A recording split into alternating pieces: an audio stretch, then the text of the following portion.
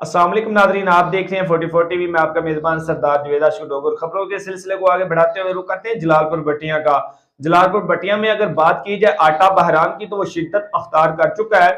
माह रमजान की आमद है। माह रमजान की आमद से पहले भी अगर आटे बहरान की बात की जाए तो वैसे ही जू का तू है।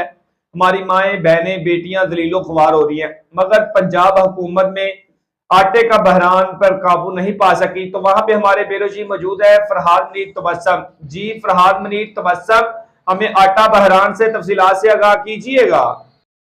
माह रमज़ान शुरू होने को है, मगर आटे का बहरान हल होने का नाम ही नहीं ले रहा। आज भी शहरी आटे के पीछे भागते दिखाई देते हैं। चौथा दिन हो गया, आटा नहीं मिलता पिया। इत्थे हुण आण के सबाज शरीफ वेखे ना आण के हाल मुल्क दा जिवें हुंदा है पिया। होटलों वाले जूस ते हर शै लिया के पवांदे ने, उन्होंने आटा मिल रहा है।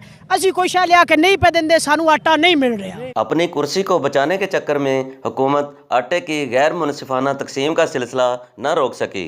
गंदम स्टॉक करके रख रहे हैं, अपने गोदामों में रख रहे हैं, इधर उधर रख रहे हैं। ये इनका भी कसूर है, हमारा भी कसूर है, सब कसूर हुक्मरानों का नहीं है।